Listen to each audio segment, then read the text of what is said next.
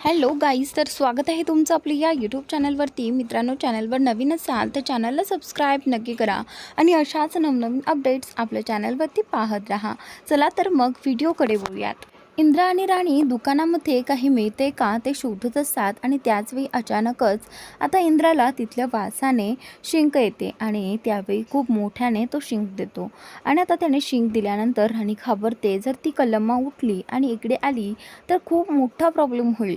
तर त्यानंतर आता इथे इंद्रा वरती पाहतो आणि तोही घाबरतो की जर तिने आपल्याला इथे पाहिलं तर खूप मोठा प्रॉब्लेम होईल.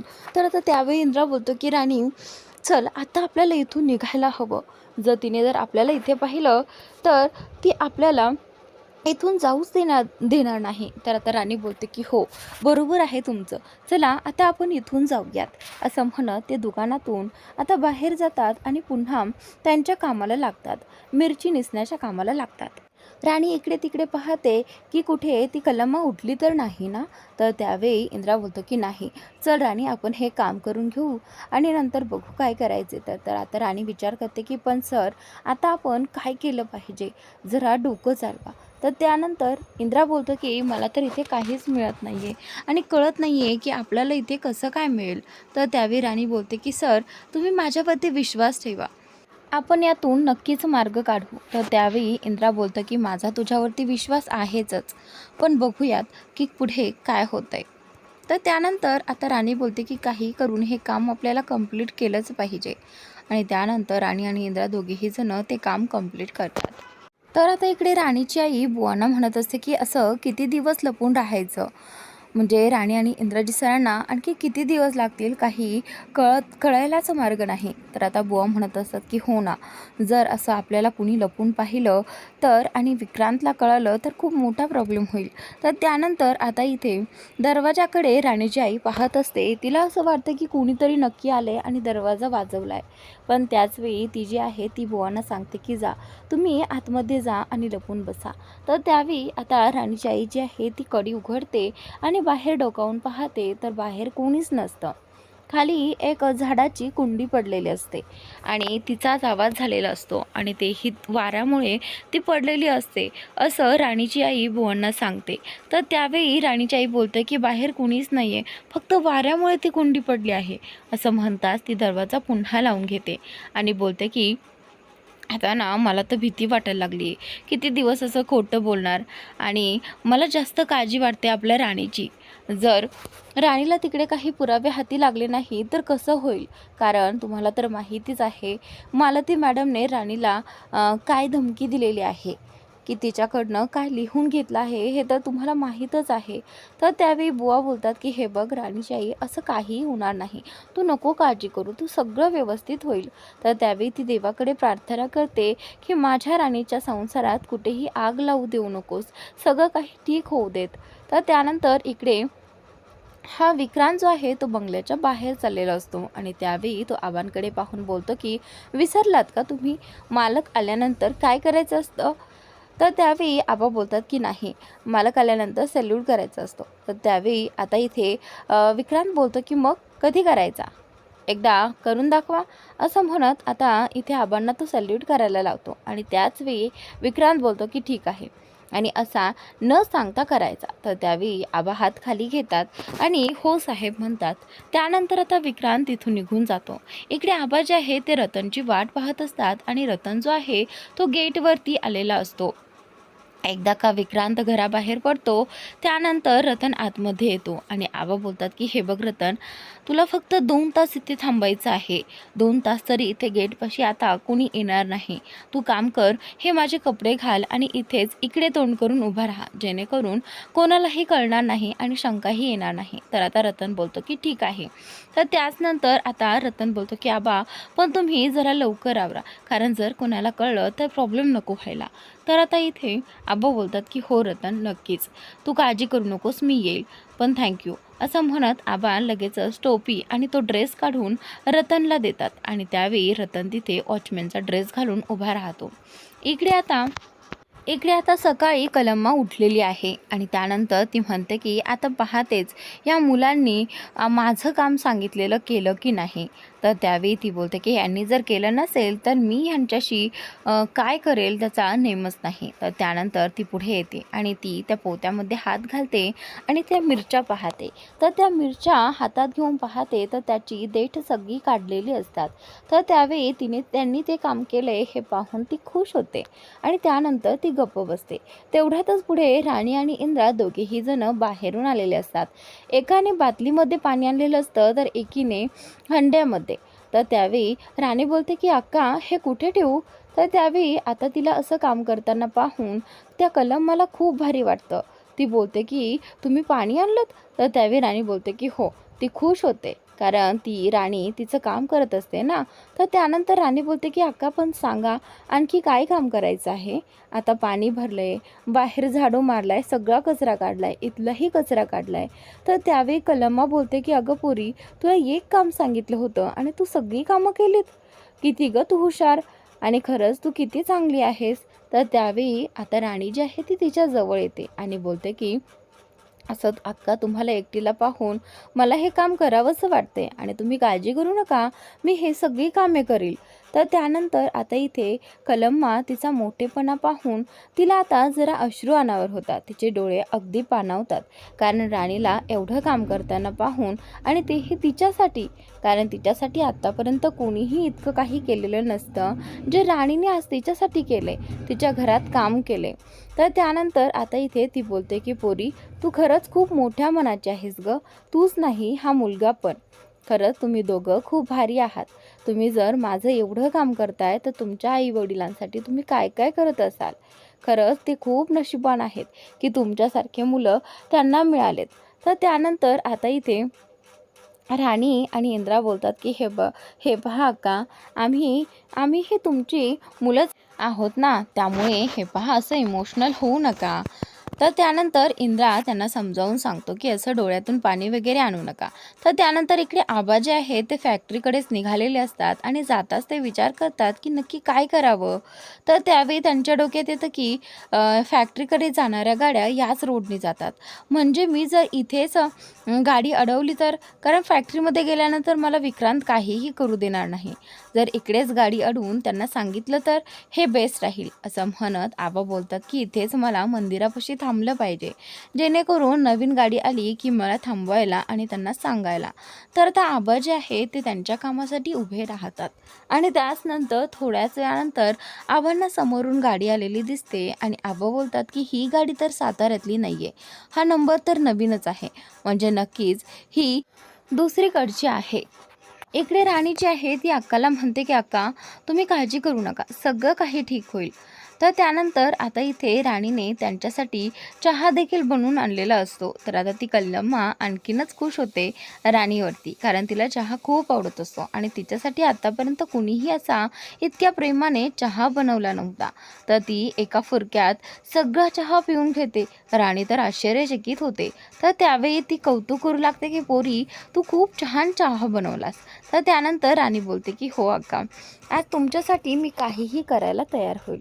तर त्यानंतर इथे कल्लम्मा बोलते की पोरी अगं माझं चुकलंच बघ, मी आल्यास तुम्हाला कामाला लावलं, मला माफ कर ग पोरी, तुझा स्वभाव एवढा चांगला आहे आणि मला ते कळलंच नाही. तर त्यानंतर राणी बोलते की अक्का त्याचं एवढं काय असतं. तर त्यानंतर इकडे आबा जे आहेत ते इकडे मंदिराकडे थांबलेले असतात आणि मंदिराकडे नजर ठेवून असतात की फॅक्टरीकडे कुठली एखादी गाडी जाते का. तेवढ्यातच आता तिथे जाताना ती गाडी दिसते आणि ते लगेचच गाडीच्या समोर येऊन उभे राहतात आणि गाडी थांबायला सांगतात.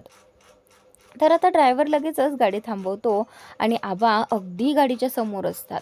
तर त्यानंतर ते जे इन्व्हेस्टर आहेत ते गाडीच्या बाहेर उतरतात. ते पाहू लागतात की हा माणूस कोण आहे जो गाडीच्या अगदी आडवा आला आहे.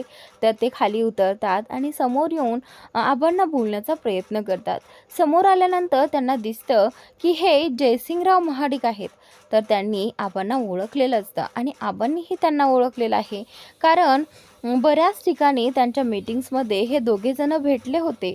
तर त्यावेळी आता ते दोघं एकमेकांचा परिचय देतात आणि त्यावेळी आबा सांगू लागतात की हे पहा मिस्टर, ही जी फॅक्टरी आहे ना ती माझी आहे आणि हे तुम्हाला चांगलंच माहिती आहे. पण माझा भावाचा मुलगा जो आहे त्याने ती फॅक्टरी आमच्याकडून फसवून त्याच्या नावावर करून घेतली आहे आणि हेच आम्हाला नको आहे. त्यासाठी प्लीज तुम्ही ही फॅक्टरी विकत घेऊ नका, कारण ही फॅक्टरी आमच्यासाठी खूप महत्त्वाची आहे. तर त्यावेळी आता तो समोरचा माणूस बोलतो की हे पहा जयसिंगराव, मला माहीत आहे ही फॅक्टरी तुमच्यासाठी महत्त्वाची आहे, पण मी एक डीलर आहे आणि हे माझं कामच आहे. तर त्यावेळी आबा बोलतात की हे पहा, तुम्ही जरा इमोशनली विचार करा ना, ही फॅक्टरी आमच्यासाठी किती महत्त्वाची असेल, प्लीज एकदा विचार करा.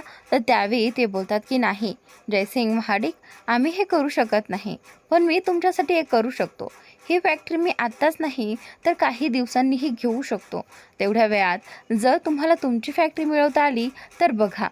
तर आता इथे आबा जे आहे ते बोलतात की ठीक आहे, आम्हाला एवढा चान्स दिल्यासाठीही खूप खूप आभारी आहोत.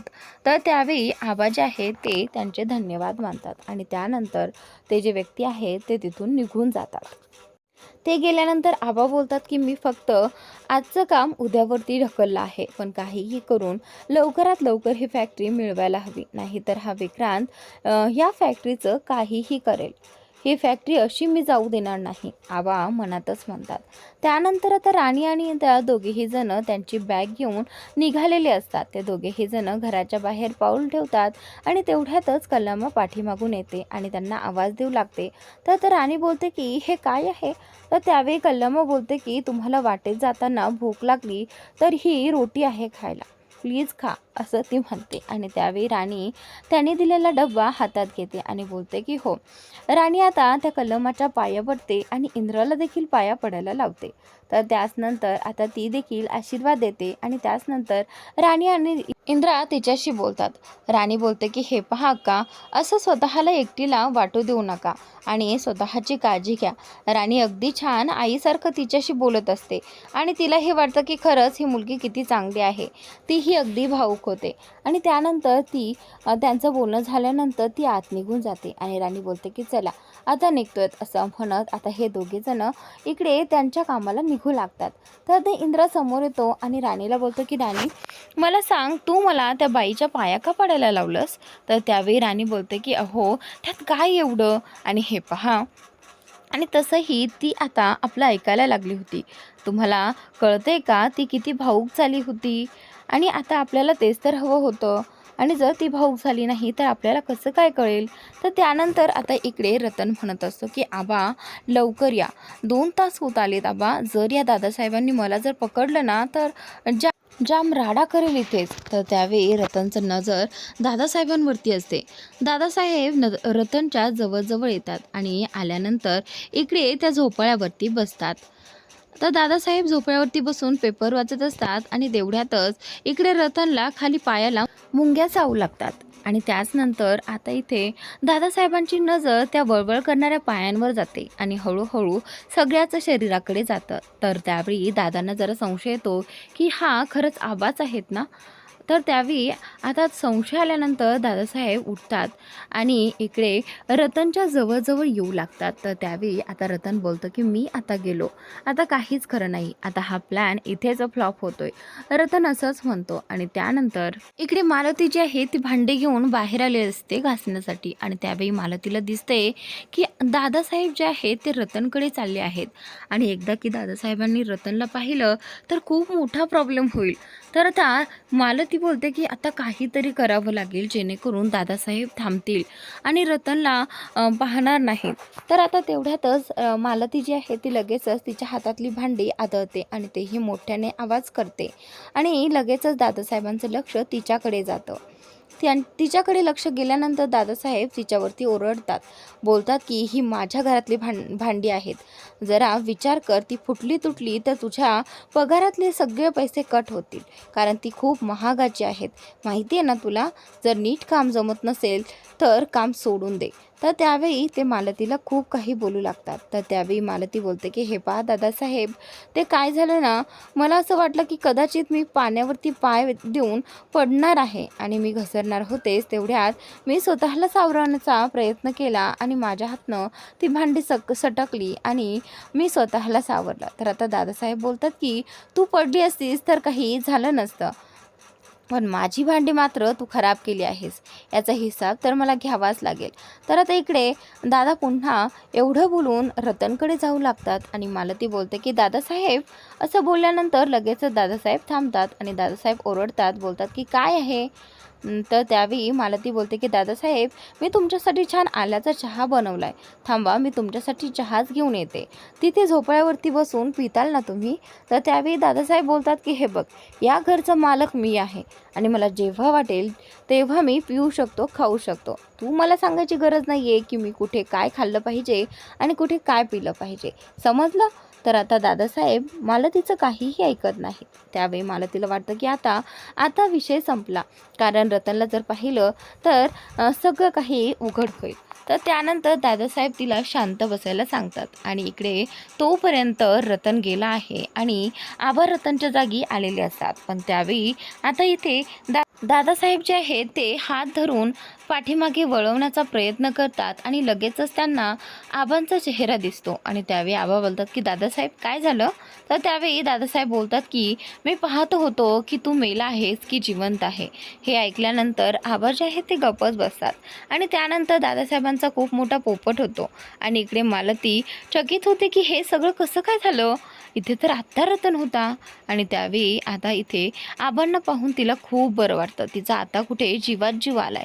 कारण जर असं झालं नसतं तर आबाचा प्लॅन इथे दादासाहेबांच्या नजरेस आला असता आणि सगळं काही उघड झालं असतं. तर त्यानंतर आबा जे आहेत ते मालतीकडे पाहतात आणि इशारा करतात. त्यावेळी मालती ही स्माईल देते आणि त्यानंतर दादासाहेब पुन्हा जाऊन तिथे झोपड्यावरती बसतात आणि विचार करू लागतात की हे कसं शक्य झालं. मला तर आत्ता वाटलं होतं की हा आबा नाही आहे, पण त्यानंतर त्यांनी जास्त विचार नाही केला.